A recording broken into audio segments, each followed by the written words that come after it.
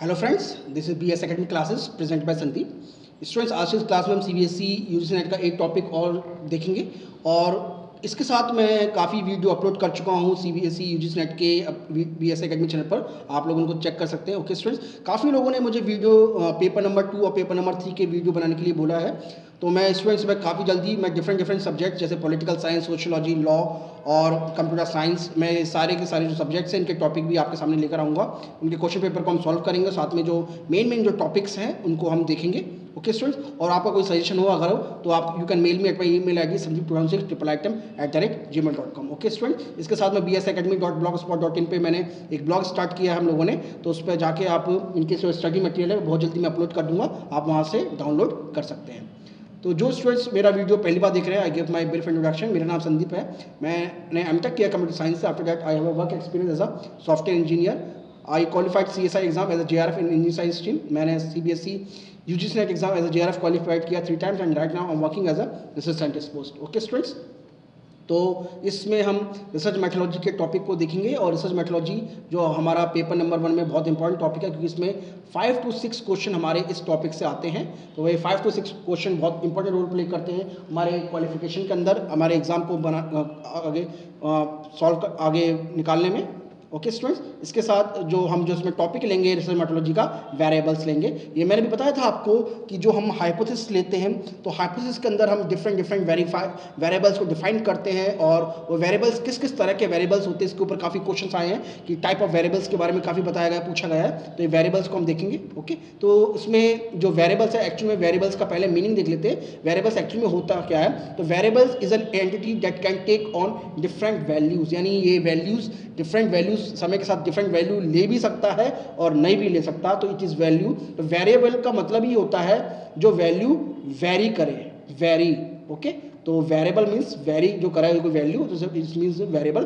तो it may be attribute और may be something else also. तो a variable is something that changes its value. For instance, age can be considered a variable because age can take different value for different people or for some person at the different point of time. Okay, similarly country can be considered a variable because a person country can be assigned a value, but the value जो होती है किसी country की वो very कर सकती है। हो सकता है आज कोई कोई आदमी किसी एक देश की नागरिकता है, तो हो सकता है कुछ समय बाद उसके पास दूसरे देश की नागरिकता भी आ सकती है। ठीक है, तो ये इट कैन बी चेंजेबल और it can be constant value also.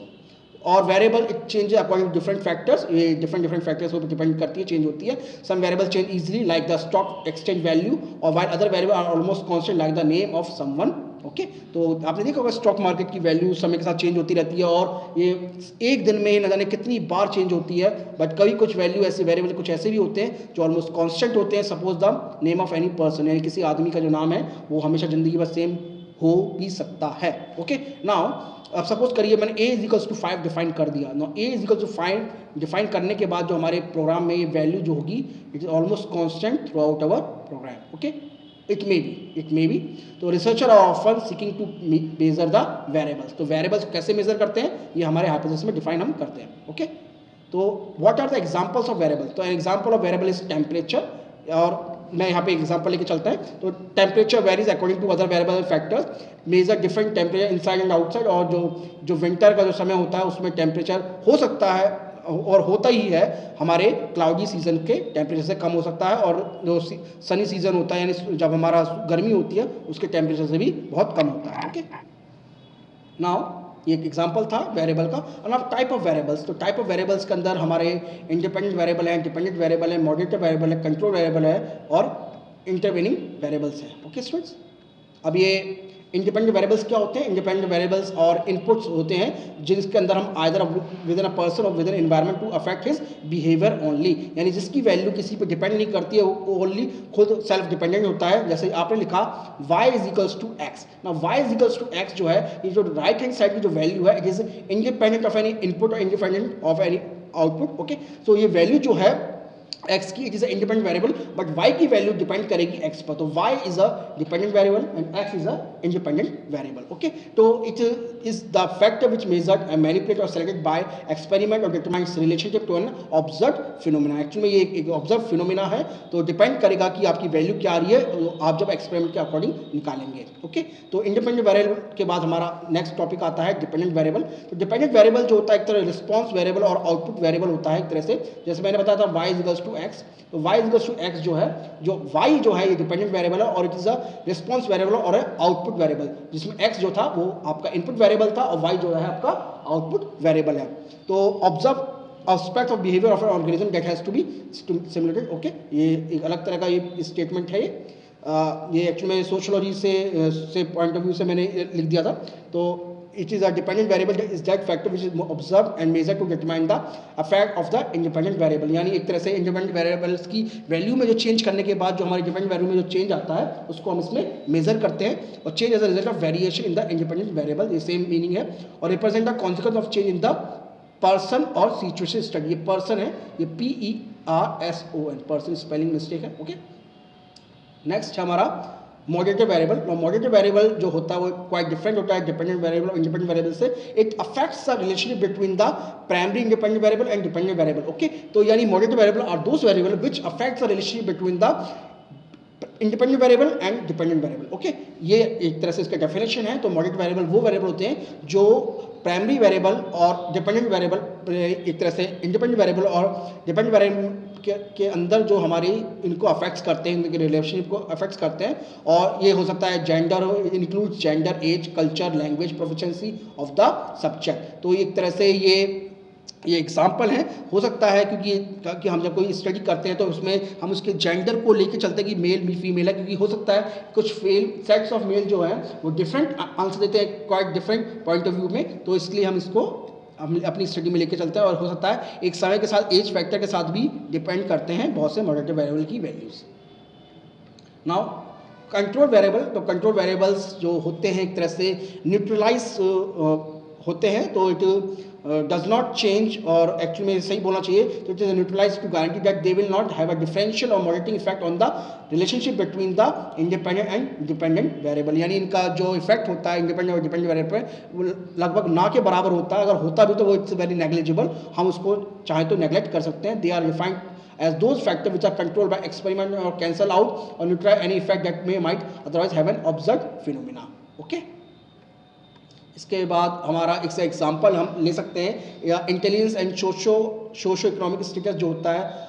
कुछ ऐसे वेरिएबल्स हैं जिसको हम एक तरह से इसके अंदर ले सकते हैं मॉडरेटिव वेरिएबल्स के अंदर. They will not have a biasing effect on the other variable. ये बाइजिंग इफेक्ट का मतलब क्या होता है जरा देख लेते हैं एक बार. तो बाइजिंग इफेक्ट का मतलब होता है, सपोज करिए आपने V1 एंड V2 बनाया है.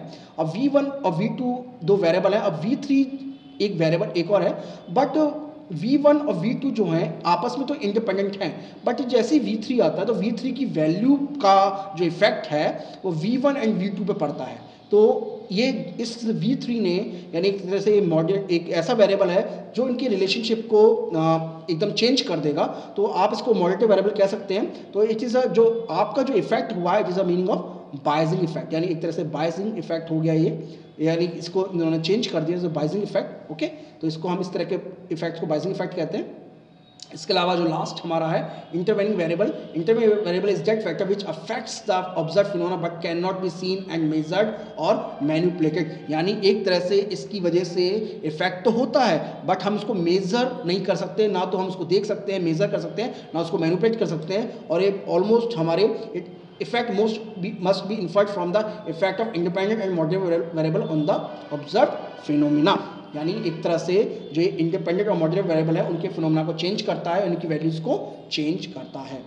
Okay students, now selection of variables, ये बहुत इंपॉर्टेंट है. अब हमने ये पांचों वेरिएबल्स हमने जो पढ़े हैं एक्चुअली में इसका कैसे हम सेलेक्ट करें अपने स्टडी में, ये तो बहुत पॉइंट क्या कहते हैं स्टडी का पॉइंट ऑफ व्यू है, बट इतना एक स्लाइड्स में इसको बताना इतना मुश्किल है. बट फिर भी मैंने बताने की कोशिश करूंगा कि at least every experimental study has to at least one independent variable and one dependent variable which are stated in the hypothesis in the research project. यानी हमारी स्टडी के अंदर एटलीस्ट एक तो इंडिपेंडेंट वेरिएबल होना चाहिए, डिपेंडेंट वेरिएबल होना चाहिए, जिसके अंदर हम अपनी हाइपोथेसिस को मेजर कर सकें।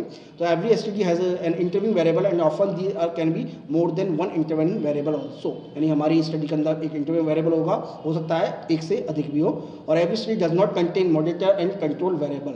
तो अब आप जरा देखें तो इंडिपेंडेंट वेरिएबल और डिपेंडेंट वेरिएबल हमारी स्टडी में होंगे, इंटरवेल वेरिएबल भी हो सकता है, और हमारी स्टडी के अंदर डज नॉट कंटेन मॉडरेटर और कंट्रोल वेरिएबल। ठीक है, तो आपकी स्टडी में इंडिपेंडेंट वेरिएबल भी होंगे, डिपेंडेंट वेरिएबल भी हो सकते हैं और इंटरवेल वेरिएबल भी होंगे, बट आप चाहें तो मॉडरेटर वेरिएबल और कंट्रोल वेरिएबल को हटा सकते हैं अपनी स्टडी के अंदर। ओके, इसके अलावा moderator and control variable are stated in the research and in the research project. ये आप देख लीजिएगा, कोई इतना वो नहीं है। तो स्टूडेंट्स, मैंने इस वीडियो में वेरिएबल्स को मैंने पूरा चेकआउट कराया आपको, और साथ में पूरी सारी चीज़ों को मैंने इसमें मेंशन करने की कोशिश करी है। बट फिर भी अगर मुझसे मैं कोई पॉइंट मिस कर देता तो आप मुझे मेल कर सकते हैं। ओके स्टूडेंट, तो आप मुझे मेल कर सकते हैं sandeep216@gmail.com। ओके, और साथ में हमने जो ब्लॉग स्टार्ट किया है उस पर आप इसको स्टडी कर सकते हैं। Okay student, so please subscribe our channel for more videos.